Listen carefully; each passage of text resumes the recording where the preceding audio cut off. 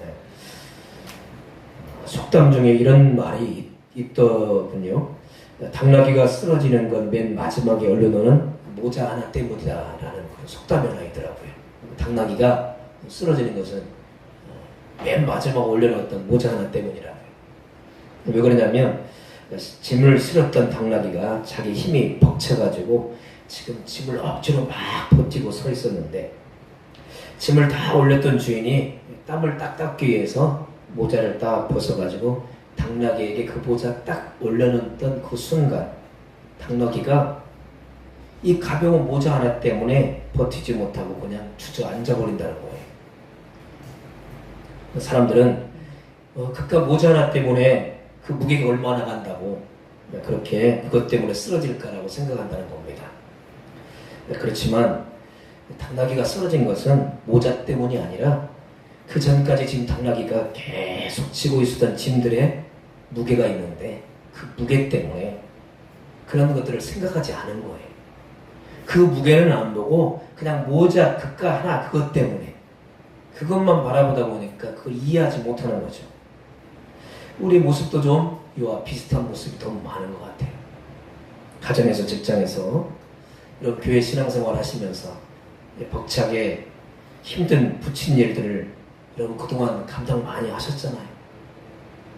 주님을 위해서 애쓰였고 힘썼는데 그 젖먹던 힘까지 몰아 써가면서까지 그렇게 버텨내고 있었는데 힘을 다해서 견뎌내고 있었는데 어떤 한계까지 내가 정말 참아낼 수 있는 그런 한계까지 사소한 일 하나하나 잘 감당해가면서 여기까지 왔는데 믿음에 강한 사람이라 하더라도 그 하나 얹혀진 그런 작은 모자 같은 그런 문제 하나 때문에 쓰러지는 경우가 너무 많거든요. 사람들은 그 사람이 쓰러지고 넘어지는 그런 모습을 보면서 왜 저렇게 믿음이 없을까? 믿음이 강해야지. 믿음이 건실해야지. 믿음이 있으면 쓰러지는 게 이상한가 아닌가라고 생각하고 비난하기도 하고 믿음이 약하다고 그렇게 이야기할지 모르겠어요. 그런데 정말 중요한 것은요. 이런 사정을 사람들이 몰라준다는 거예요.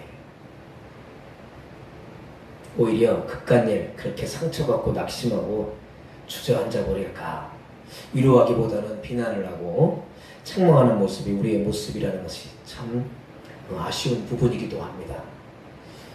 제가 가끔씩 감정적으로 조금 그런 부분이 되는 것은 다른 것이 아니고 주님에게 저도 설교하잖아요. 그런데 삶을 살 때 보면 너무 부끄러운 것들이 너무 많으니까 괴리감이 올 때가 있어요.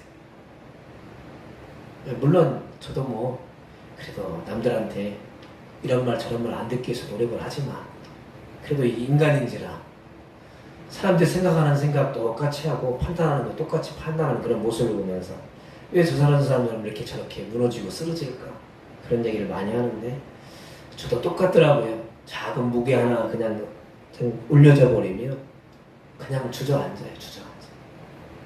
지금까지 잘 버텨왔는데 그 무게가 그 어떤 무게라고 그 무게 때문에 쓰러지고 넘어지는 그런 모습은 다 똑같은 것 같아요.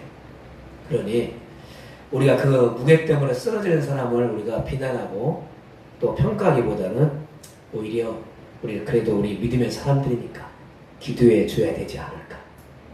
여러분들은 그들을 위해서 기도해 주는 사람 되시길 부탁합니다.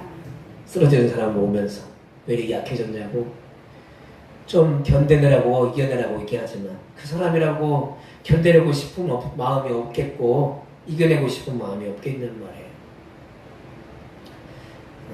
우리 길권사님 동생분 신랑이 지금 폐암 사기 판정을 받았나 봐요.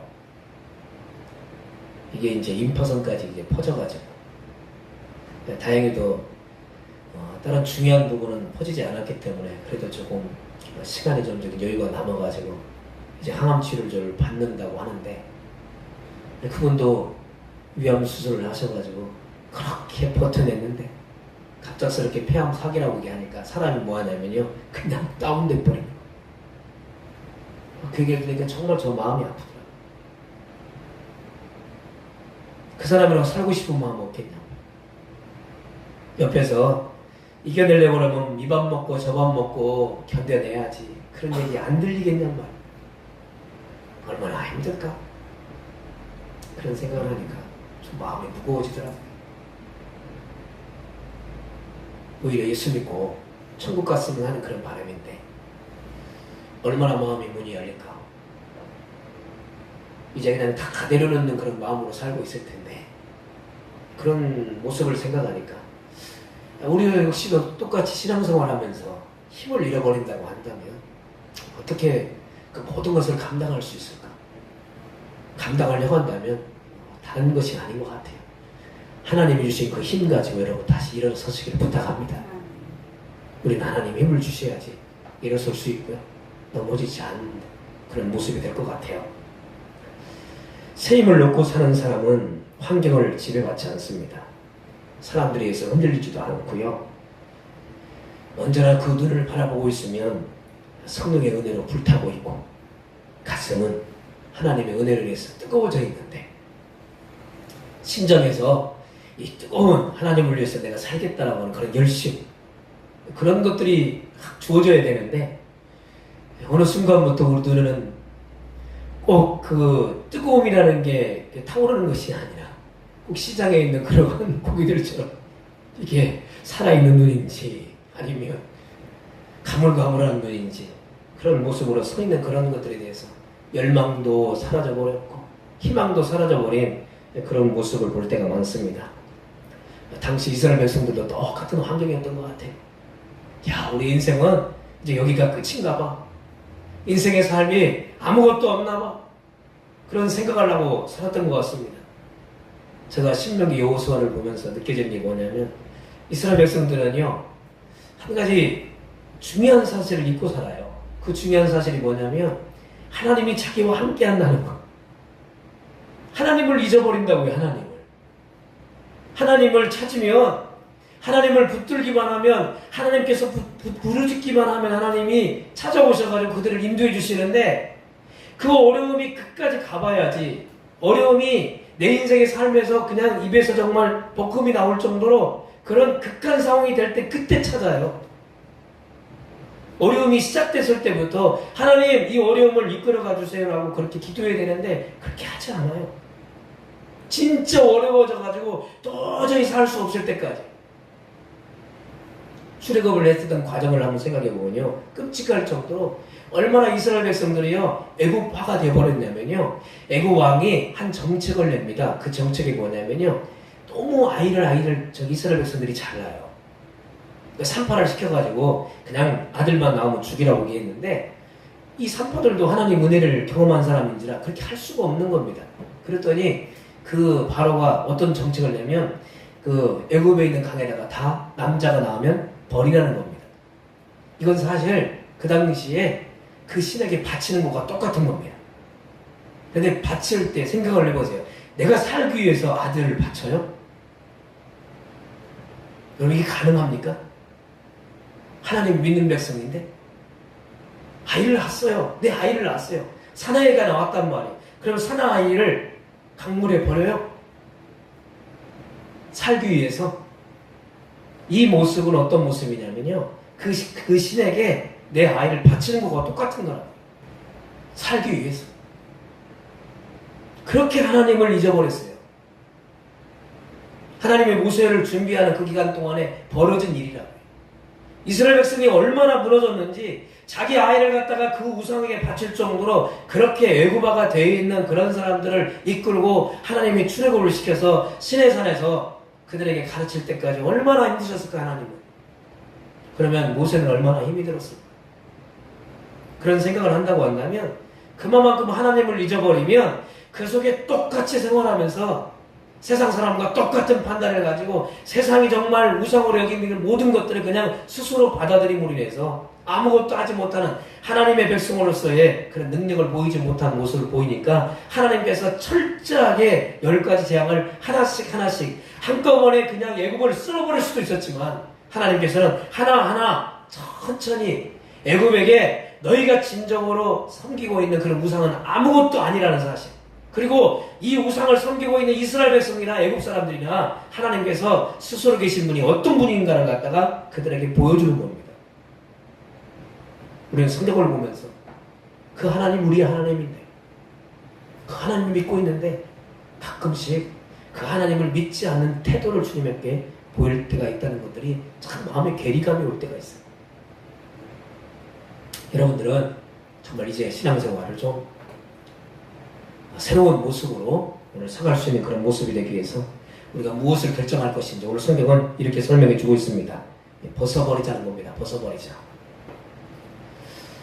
어떤 사람이 술에 취해가지고 이리저리 정신이 몽롱한 가운데 부두에 베어진 자기 보트를 타고 어디 이제 멀리 나가기 위해서 보트를 운전하고 가고 있었습니다. 시동을 걸고 보트를 운전하기 시작을 했는데 한 자기가 생각할 때 4시간 정도 그렇게 신나게 바다를 향해서 계속 나갔던 것 같아요.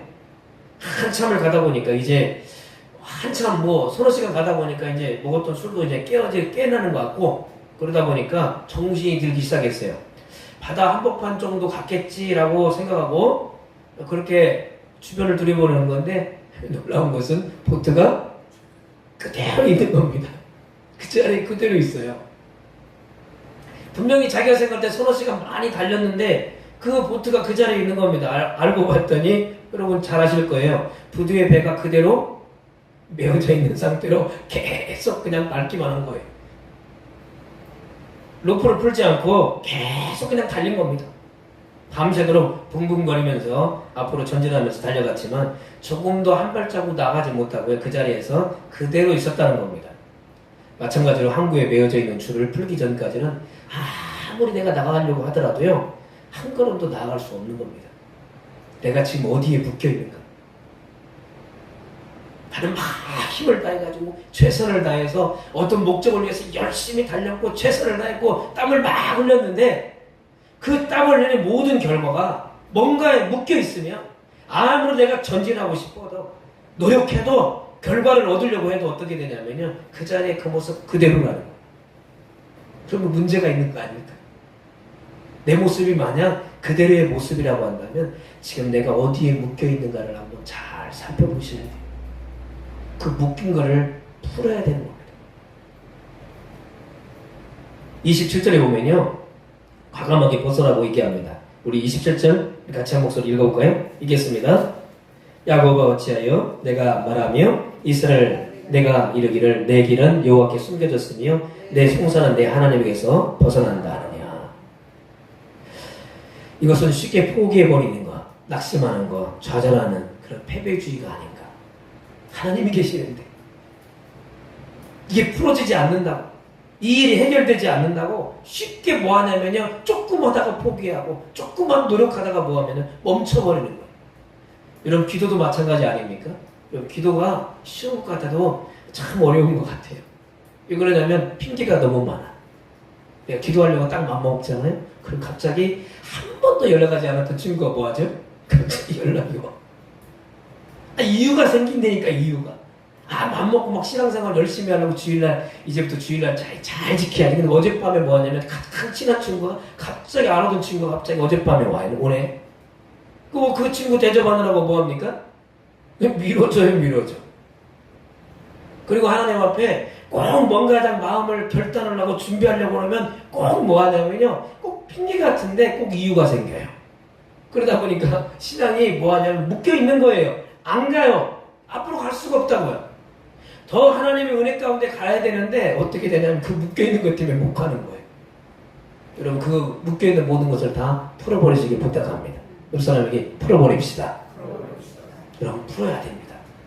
그게 묶여있으면요 한 발자국도 못 가요. 그 자리 그대로 있다고요.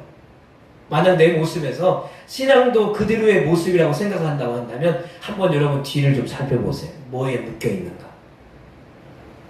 핑계로 묶여있는가? 이유로 묶여있는가? 아니면 여러가지 형편 또 아니면 여러가지 많은 것들 때문에 오히려 하나님 앞에 나아가지 못하는 그런 것들이 있다고 한다면 과감하게 어떻게 합니까? 풀고 잘라내든지 끊든지 그런 결단의 시간이 오늘 꼭 여러분들에게 주어지길 축복합니다. 그래야지 주님 앞에 많은 것을 얻을 수 있을 것 같아요. 히브리 11장에는요 위대한 믿음의 삶을 살았던 사람들의 모습을 이렇게 쓰고 있습니다. 12장의 첫머리의 부분에는요, 모든 무거운 것과 얽매이기 쉬운 죄를 벗어버리고 인내로서 우리 앞에 당한 경주를 경주하며 믿음의 주여 또 온전케 하신 예수를 바라보라. 우리가 가지고 있었던 나를 얽매이게 만들고 나를 묶어버리고 내 인생의 삶 속에서 새로운 도전을 갖다가 꿈꾸지 못하게 만드는 거 있다가 있다면 과감하게 그거 다 끊고 우리 주님에게 경주하는, 주님께 달려갈 수 있는 그런 삶을 살아가라고 히브리 기자가 우리에게도 똑같이 보여주고 있는 것 같아요. 여러분, 내 안에 묶여있는 것, 나를 더 멋진 인생으로 만들지 못하게 만드는 그러한 것들이 여러분을 지금 잡고 있다고 한다면 그 잡고 있는 것을 과감하게 뿌리치시고 주님을 향해서 더 멋지게 전진할 수 있는 그런 모습이 되었으면 합니다. 번영하는 도시, 몰락하는 도시라는 그런 책이 하나 있더라고요. 이 번영하는 도시, 몰락하는 도시. 도시가 어떻게 위기를 극복하고 새로운 기회를 만드는지를 그렇게 다뤘던 책인데요. 그 옥스퍼드대 교수님이 그 세계화의 그 개발 분야에서 세계적으로 아주 그 분야에서 지냈던 이언 골든이라고 하는 그분이 쓰셨던 책인데 이 책에 이렇게 쓰고 있더라고요. 어느 도시가 번영하고 어느 도시가 몰락을 할까? 놀랍게 그분이 이렇게 결정을 내려놨어요. 하나님과 함께하는 도시는 번영한대요. 하나님이 함께 하시는 도시는 번영하는데 하나님을 멀리하는 도시는 몰락하더라는 거예요. 이게 결론이에요. 요즘에도 커피 맛이 좋은 카페가 인기가 지금도 있죠. 요즘에는요, 커피 맛도 커피 맛이지만 뭐가 있어야죠? 뷰 아시죠? 뷰. 경치, 여건, 환경. 저도 가끔씩 이렇게 주변에 왔다 갔다 하다 보면 아니 저곳에 어떻게 커피숍이 저렇게 장사가 될까 하는데 어떻게 되냐면 장사가 잘 돼요. 뭐가 좋으니까? 전망이 좋으니까. 커피 맛이야 뭐 이 맛이나 저 맛이나 거의 비슷하겠지만 저는 커피 매니아는 아니지만 또 커피를 즐겨하는 사람들 그 맛을 찾아가는 사람인지 모르겠지만 이 경치 좋으면 그 맛도 뭐합니까? 쓴맛이 아니고 그냥 다 느낌에 좋아 보이는 것 같아요. 곳곳마다 그렇게 경치 좋은 곳에 지금 커피 가장 우리나라가 그렇게 많이 판매할 수 될 정도로 그렇게 주변에 많이 있는 것을 봅니다. 아무리 좋은 자리라 하더라도 그러나 그 자리 영원할 수 있을까요? 그렇게 뷰가 좋고 맛있는 커피를 판매하는 그런 장소 하더라도 계속 유지될까요? 사람은 변화되는 것 같아요. 내가 그것을 찾았던 게 만약에 1년 전이라고 한다면 내가 지금 그것을 찾지 않을 때도 있잖아요. 내가 달라져 가잖아요. 그 모습은 그대로 바뀌지 않았는데 이상한 것은 내가 바뀌어요. 내가 이제 다른 맛을 찾고 있단 말이에요. 그리고 다른 것을 관심을 두기 시작하면 그것이 점점점 멀어지는 것을 많이 느끼게 됩니다. 잠시 잠깐이라는 거예요. 잠시 잠깐. 우리가 정말 찾아야 될 자리가 있는 건 아닐까? 저는 그 자리가 바로 은혜의 자리가 아닌가 생각합니다. 여러분 은혜의 자리, 예배의 자리를 꼭 즐겨 찾는 그런 성도가 되시길 바랍니다.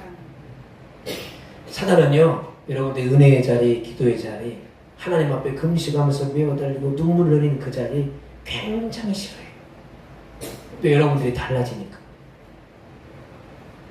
하나님은 너무 좋아하셔가지고 여러분들에게 뭘 줄까 막 고민하고 걱정하고 그냥 그 품에 있는 모든 걸 다 용돈이고 뭐고 다 주고 싶어하는 그런 모습으로 주님 달려오시는데 사단은 뭐하고 있을까요?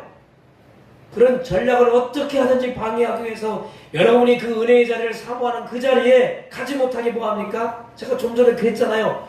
어떻게든지 하나님 앞에 나가려고 한다면 그 전날 뭐하냐면 이상한 일이 생기든지 아니면 여건이 생기든지 아니면 그동안 연락도 안 했던 그런 친구가 전화를 하든지 이유와 핑계를 대가지고 결국 하나님이 원하시는 그 자리를 찾지 못하게 만든다니까요. 그 자리 여러분 손잡으시면 안 돼요.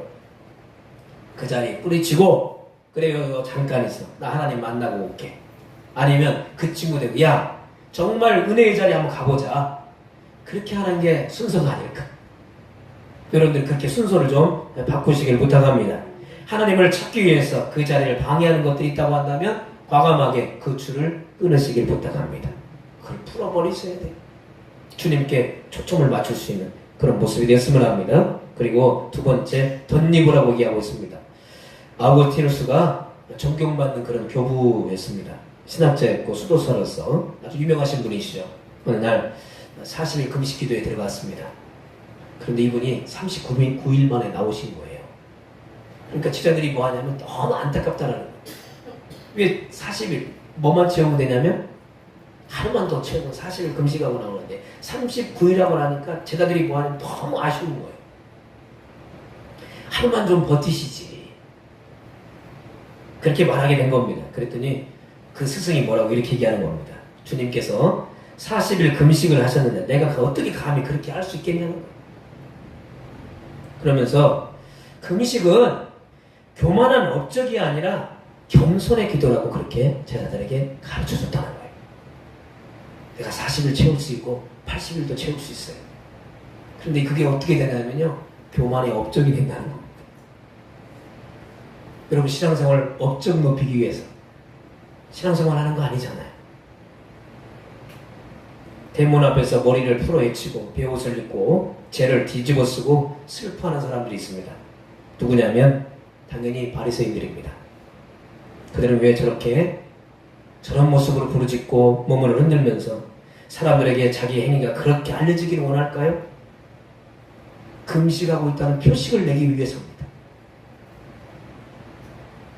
성경은요, 화 있을진저 너희 바리새인이여 너희가 회당의 높은 자리와 시장에서 문안받는 것을 기뻐하는 거다. 긴 옷을 입고 다니는 것을 원하며 시장에서 문안받는 것과 회당의 높은 자리와 잔치 윗자리를 좋아하는 서기관들을 삼가라고 했거든요.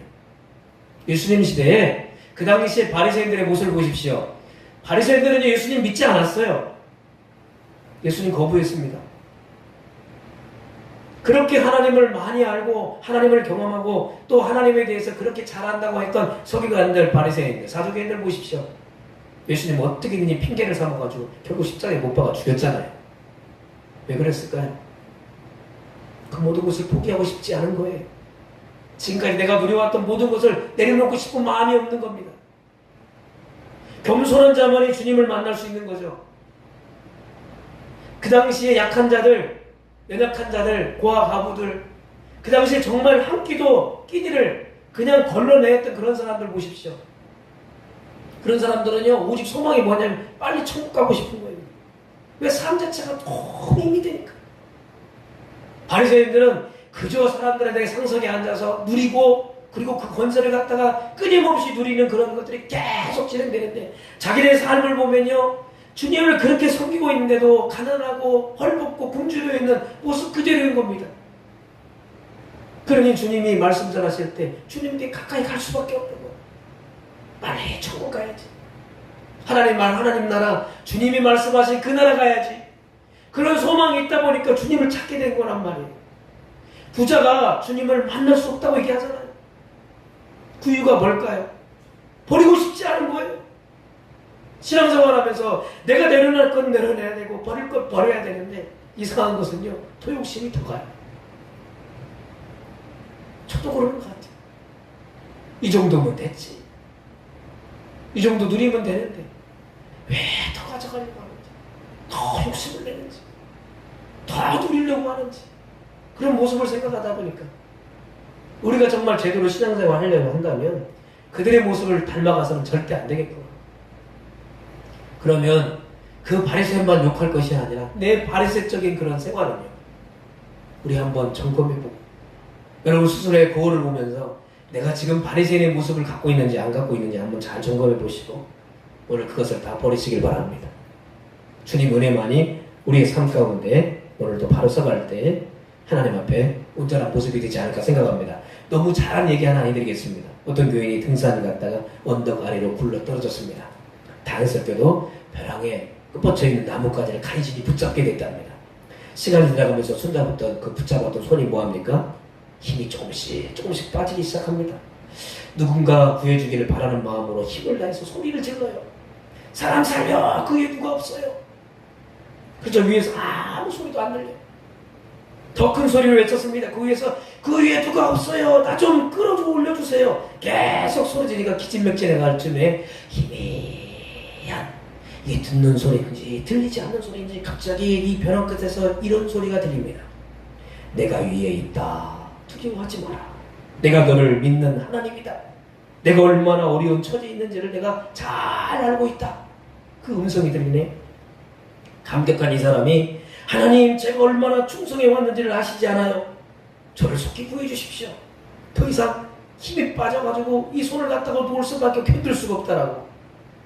진정 살고 싶으냐? 내 말대로 하면 살 수 있다. 내가 전적으로 순종할 수 있느냐?